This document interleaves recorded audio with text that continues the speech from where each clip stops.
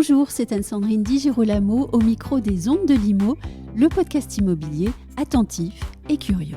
J'ai le grand plaisir de recevoir Isabelle Rey-Lefebvre, journaliste spécialisée sur les questions du logement et qui, après avoir passé 20 ans à la rédaction du journal Le Monde, vient de publier un livre enquête qui décrit les ravages de la spéculation immobilière sur le logement en Europe, en explique les mécanismes et explore plusieurs solutions permettant de faire face à la crise du logement et aux difficultés de certains de nos concitoyens à se loger. Nous allons parler de logement social, mais aussi de Community Land Trust, d'organismes de foncier solidaire, de bail réel solidaire et de coopératives d'habitants. Voici Isabelle Rey-Lefebvre.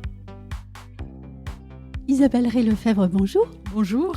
Votre livre est une enquête. Nous sommes ensemble ici pour en évoquer les résultats. Mais avant, j'aimerais vous poser une question plus personnelle. Qu'est-ce qui a déclenché chez vous l'envie d'écrire ce livre ? En fait, ça fait 40 ans que j'observe la politique du logement, dont 22 ans pour le journal Le Monde. Et en quittant le journal Le Monde en octobre 2022 pour prendre une retraite méritée, j'ai fait mes petits calculs.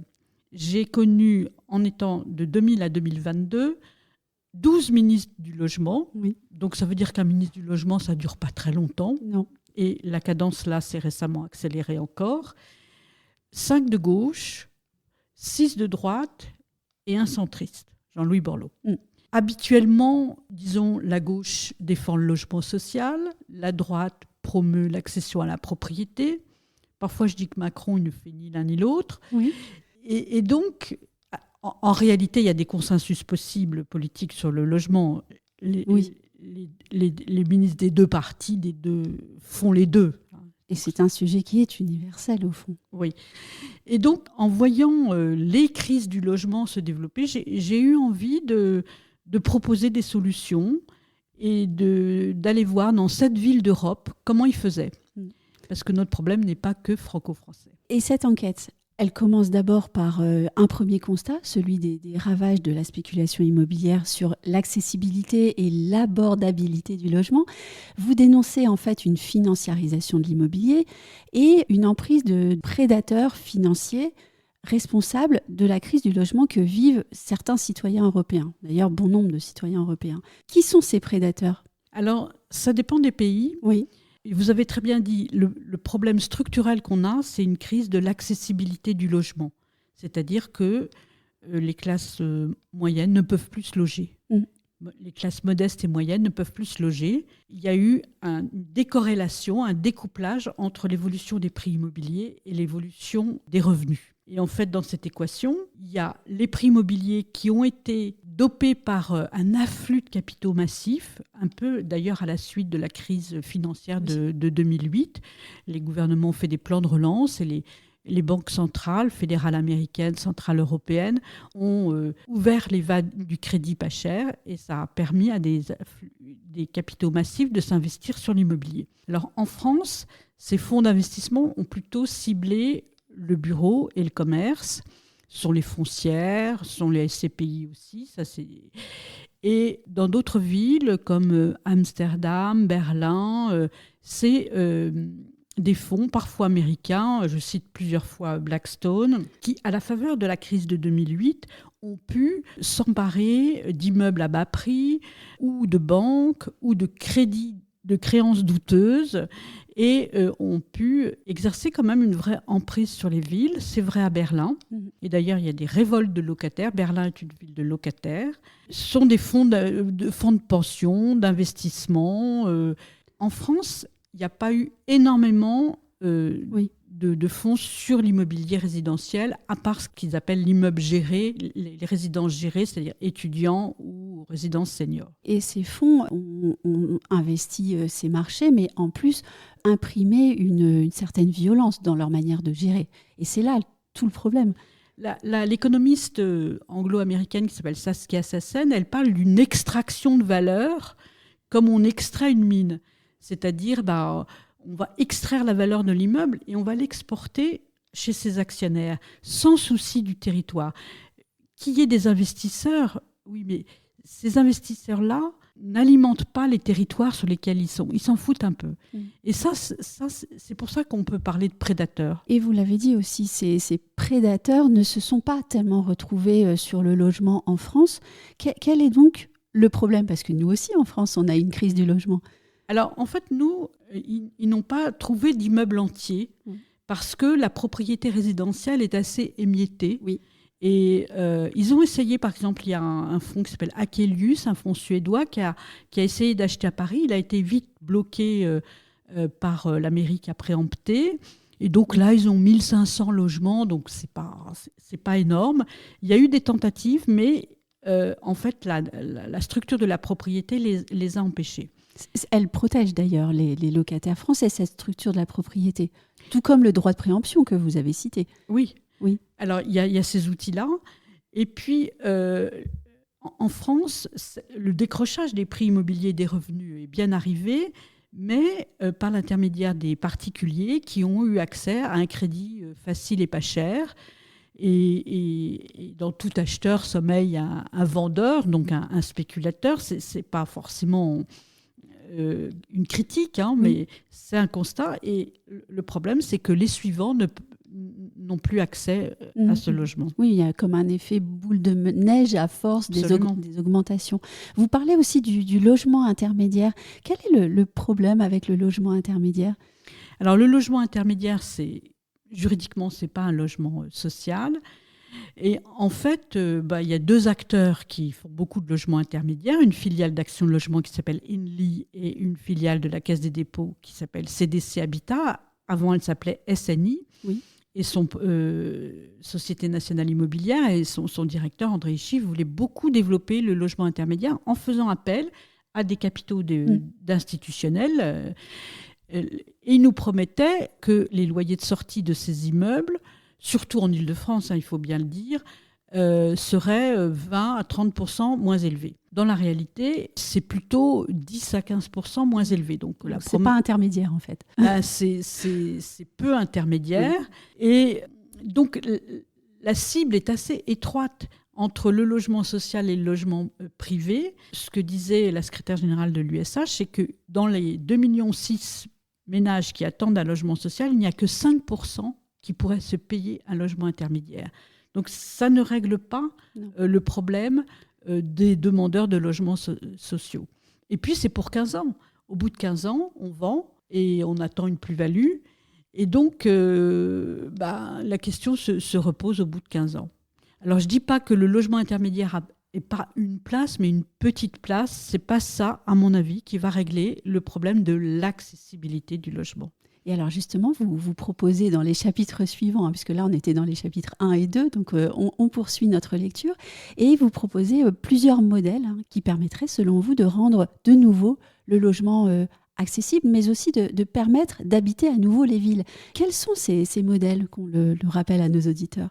Bon, en fait, il n'y en a pas énormément. Il y a le logement social dont je parlais, et la France est pas mal placée. Oui. Elle en a 17%. Elle a surtout un mode de financement du logement social que je trouve presque génial, qui est le livret A, l'épargne populaire des Français, qui alimente la Caisse des dépôts, qui reprête sur du long terme aux bailleurs sociaux. Ça, c'est notre grande force. Mais il y en a d'autres que je trouve intéressant parce qu'il casse un peu la dichotomie entre statut de locataire et statut de propriétaire. Il y a les coopératives qui se sont beaucoup développées et c'est une forme de propriété collective où l'immeuble appartient à une coopérative dont les occupants, dont les locataires sont aussi sociétaires de la coopérative. Et donc, avec le principe coopératif, une voix, une personne. Et donc, les habitants sont très impliqués dans la gestion, dans les services communs. Et la Suisse est un bon modèle parce qu'elle n'a pas de logement social. Elle a développé des coopératives, à Zurich notamment. Ils ont 25% du parc est en coopérative. Et donc, les gens ne sont pas propriétaires, ils sont locataires, mais avec plus de droits que les locataires. Ils peuvent rester, ils ont voix au chapitre, ils peuvent rester tant qu'ils veulent, les baux sont à durée indéterminée. La comptabilité est transparente, c'est-à-dire qu'ils ont tous les comptes et on leur facture le loyer qui correspond au prix de revient. Et ce qui est très vertueux, c'est que dans le loyer, on prévoit la remise en état. Et donc, ils sont assez riches. Et quand les taux baissent, ils baissent les loyers. Et c'est aussi un modèle éprouvé, en fait, puisque la coopérative, c'est un modèle assez ancien. C'est un modèle qui a été créé par des artisans de Manchester, de Rochdale, et qui s'est développé à la fin du 19e siècle, beaucoup à Berlin, à Amsterdam. Et c'est souvent corporatiste, c'est-à-dire c'est les charpentiers, les cheminots qui créent leur propre coopérative pour pouvoir se loger. Ça, j'ai trouvé que c'était un modèle très inspirant, avec beaucoup d'espaces partagés, très inventifs, des chambres d'hôtes, des chambres de naissance, de mourance aussi. C'est vraiment bluffant. Oui, on en reparlera tout à l'heure aussi. Si on passe aux autres modèles, en fait, il y a un duo franco-américain qu'on pourrait évoquer aussi. Un autre modèle qui est inspiré des États-Unis, du Community Land Trust, où le land appartient à un trust géré par la communauté. Il y a une dissociation entre bâtiments et terrain. Et cette dissociation, elle peut avoir lieu aussi dans les coopératives, mais pas forcément. Cette dissociation fait que le terrain est acheté par cet organisme non lucratif, le Land Trust, avec des prêts très longs, 100 ans, et ce qui permet de baisser la charge foncière, de la diminuer par 4. Par exemple, quand nous, on emprunte sur 25 ans, là, on emprunte le foncier sur 100 ans, donc on diminue la charge foncière de 3 ou 4, et donc, in fine, on arrive à 30 à 50% de prix de revient, de moins par rapport au marché. Et les habitants, les occupants, achètent leur appartement et ils peuvent le revendre. Et c'est eux qui empruntent pour l'acheter, ils peuvent le revendre. Donc, ils capitalisent un peu, c'est la différence, mais ils le revendent à un prix contrôlé et à une personne agréée par le Community Land Trust. Et nous, on a importé ça sous la forme d'organismes fonciers solidaires et de bail réel solidaire, c'est-à-dire que les occupants sont locataires réels solidaires. Quand on entend parler de ces modèles, et je pense notamment à la coopérative, ils sont encore peu ou très peu développés en France d'ailleurs. Est-ce qu'on ne peut pas penser qu'ils sont un peu quand même utopiques, notamment parce qu'ils s'appuient sur la notion de communauté? Alors, je pense à l'esprit bien français, bien individualiste en vous posant cette question. Oui, je comprends. Alors, c'est vrai que dans les coopératives que j'ai pu voir, à Barcelone, à Amsterdam, à Genève, à Zurich, il faut avoir l'esprit coopératif. Oui. C'est-à-dire être présent aux réunions. S'impliquer.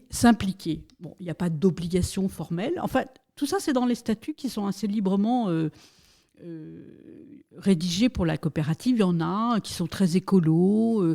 Il y a une voiture les voitures sont partagées, donc vous n'avez pas droit d'avoir votre voiture personnelle. Enfin, voilà, ça peut être contraignant. Et moi, je pense que tout le monde n'a peut-être pas envie d'habiter une coopérative, mais je pense qu'il y a une vraie demande de gens qui ont envie de ça.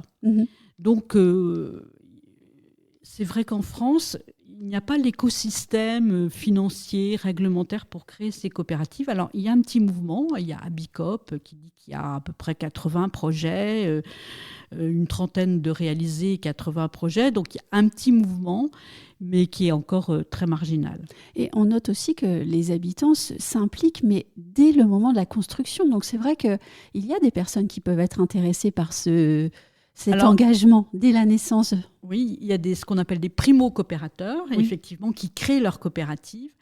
Moi, je trouve que c'est... Moi-même, j'ai fait ça. Je trouve que pouvoir, ensemble, en groupe, définir dans quoi on va habiter, réfléchir, c'est vraiment fondateur pour moi, cette expérience. Et je ne le regrette pas. J'habite toujours dans cet immeuble, presque avec les mêmes gens. Et... c'est très inventif. J'ai été voir une coopérative à Lyon faite par des seniors.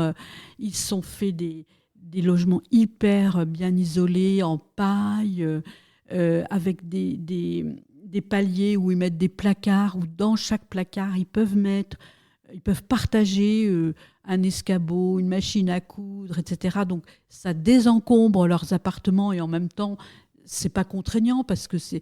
Donc, on voit énormément d'inventivité dans ces coopératives, des des modules qui peuvent s'agrandir d'une chambre, etc. On peut y changer. Donc, moi, je trouve qu'il y a beaucoup d'innovation. Des choses à apprendre et à prendre peut-être. D'autres critiques existent aussi, par exemple, je pense à celle autour de l'organisme foncier solidaire et le BRS.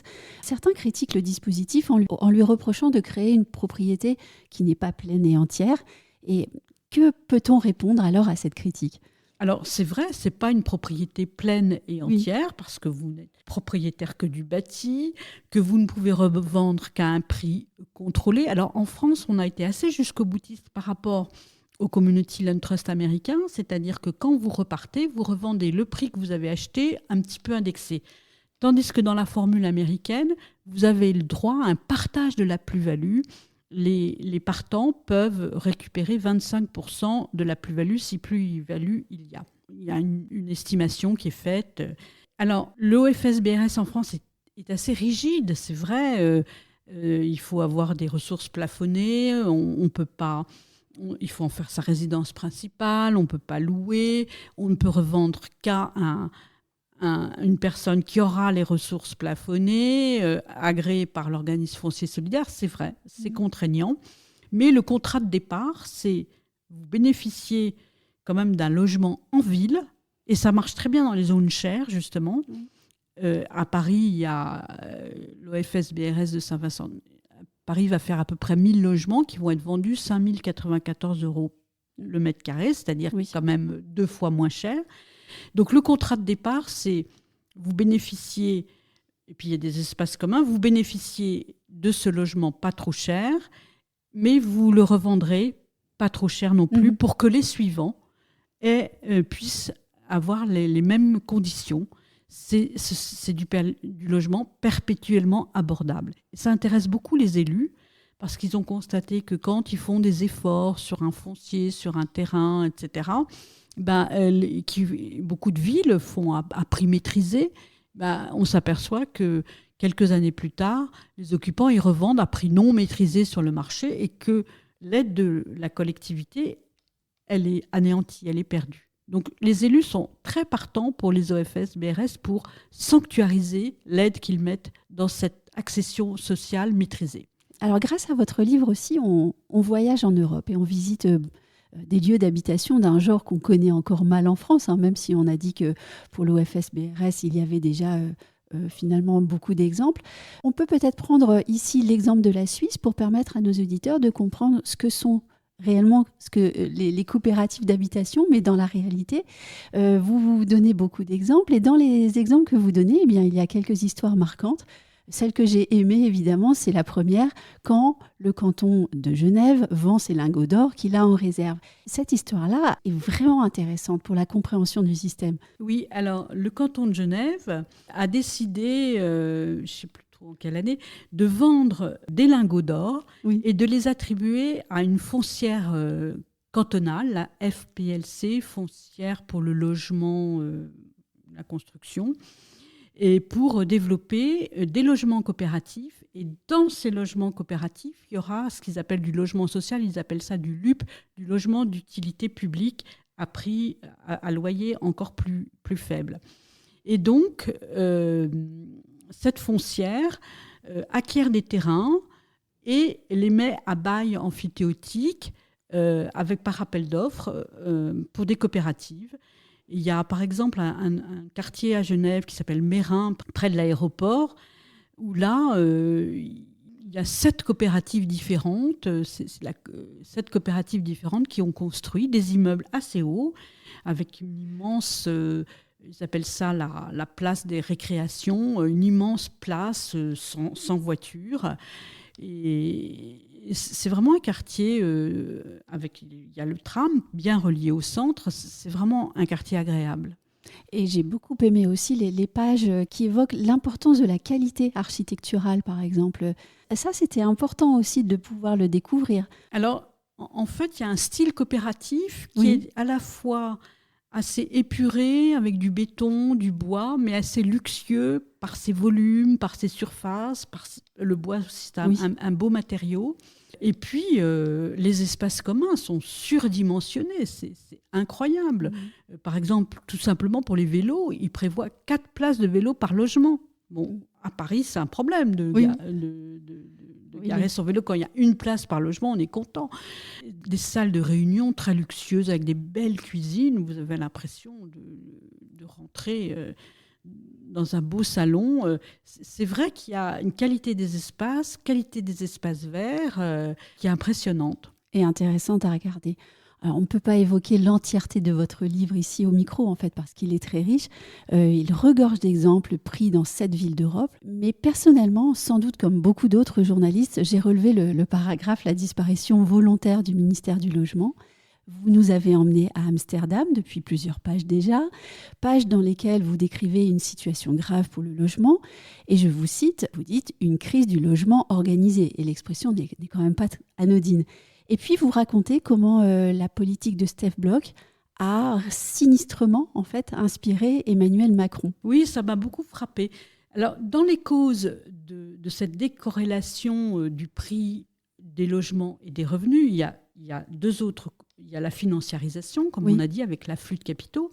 Il y a aussi une trop faible évolution des revenus faibles et une trop grande augmentation des revenus élevés, qui fait que les revenus élevés peuvent s'emparer des plus beaux quartiers, des plus beaux immeubles. Bon, ça a toujours été, si vous voulez. Mais, et puis, il y a une 3e raison. Donc, je pense qu'il y a un problème de revenus des catégories modestes et moyennes inférieures. Ils n'ont pas assez augmenté dans l'équation, si vous voulez. Et on a même en France. Oui, je parle de la France. Mais Gabriel Attal parlait de la smicartisation de la France. C'est bien qu'ils s'en rendent compte. Et la 3e élément, c'est un peu un démantèlement des politiques de protection sociale du logement pour un raisonnement libéral. Et les Pays-Bas sont un bon exemple parce qu'eux, ils avaient tout pour réussir, si j'ose dire. Et en 2004-2005, la présidente de la Commission européenne, qui est néerlandaise, du même parti que Mark Rutte, Neelie Kroes, fait une injonction à 2 pays, la Suède et les Pays-Bas, de vendre leur logement social parce qu'ils en ont trop et qui n'est pas réservé, parce que les logements sociaux étaient accessibles, souvent coopératives d'ailleurs, qui viennent de coopératives au départ. Les logements sociaux étaient accessibles à tous. Et donc, les bailleurs sociaux ont dû vendre des logements. Ils ont dû mettre un plafond de ressources, 30 000 euros par an. Puis maintenant, ça a un peu augmenté, c'est à 47 000 euros. Et ils ont été taxés de beaucoup d'argent, 1,7 milliard. En France, c'est 1,7 milliard, mais bon, il y a plus de bailleurs sociaux. Et donc, la production de logement social a été divisée par 3. C'est passé de 40 200 à 16 000. Et maintenant, il y a une vraie crise du logement avec une colère des jeunes à Amsterdam. Et un ministre de Mark Rutte, donc le Premier ministre libéral là, qui achève son 4e mandat, Stef Blok, a dit « Moi, je rêve de faire disparaître le ministère du Logement ». Il l'a dit en 2011 et il l'a fait en 2017, avec comme objectif de dire, enfin comme vision de dire, le marché immobilier n'a pas besoin de subventions ou d'aides publiques. Il doit s'auto-assurer, s'auto-financer. Et c'est vrai que je retrouve dans le raisonnement des différents gouvernements sous Macron cette idée que le logement, ça coûte cher, que c'est inefficace, que les aides publiques sont inefficaces et qu'il faut laisser faire le marché. Sauf que les Pays-Bas sont revenus de cette politique. Oui. Ils ont compris les ravages de leur choix du passé. Et en 2022, ils ont opéré un retour à la raison, comme vous l'écrivez. Et le logement coopératif a fait partie de l'une des solutions prises pour régler la situation. Est-ce que donc, et pardonnez-moi cette question posée avec humour, est-ce que donc vous dédiez votre livre à Emmanuel Macron en lui suggérant de regarder ailleurs, autour de lui, dans le passé, peut-être pour revoir sa politique? En l'occurrence, il avait regardé les Pays-Bas. Moi, ça m'a frappé parce qu'il a taxé les bailleurs sociaux. Bien sûr. Si le ministre du Logement, M. Gazbarian, veut bien le lire, ce serait très bien. Et surtout, le choc d'offres dont on nous parle, on sait très bien que le marché du logement ne fonctionne pas comme ça. Plus vous construisez, plus les prix augmentent. Et plus les prix augmentent, plus vous construisez, avec une concurrence sur le foncier qui s'exacerbe. Donc le choc d'offres, c'est pas ça qui va faire baisser les prix. Halte à la spéculation sur nos logements, les solutions pour habiter de nouveau les villes, c'est le titre de votre livre qui est paru aux éditions Rue de l'Échiquier. Si vous deviez écrire le livre d'après, quel sera-t-il ? J'ai quelques idées, mais soit je voulais faire un peu un bilan de la rénovation urbaine qui a fêté ses 20 ans récemment, mais c'est peut-être un peu trop ambitieux pour moi. Soit je voudrais écrire des portraits d'immeubles, des histoires d'immeubles, en racontant la vie des gens qui sont passés dans ces immeubles. J'ai quelques petites idées, mais voilà. Et on en reparlera peut-être au micro. Peut-être. Merci beaucoup Isabelle. Merci à vous.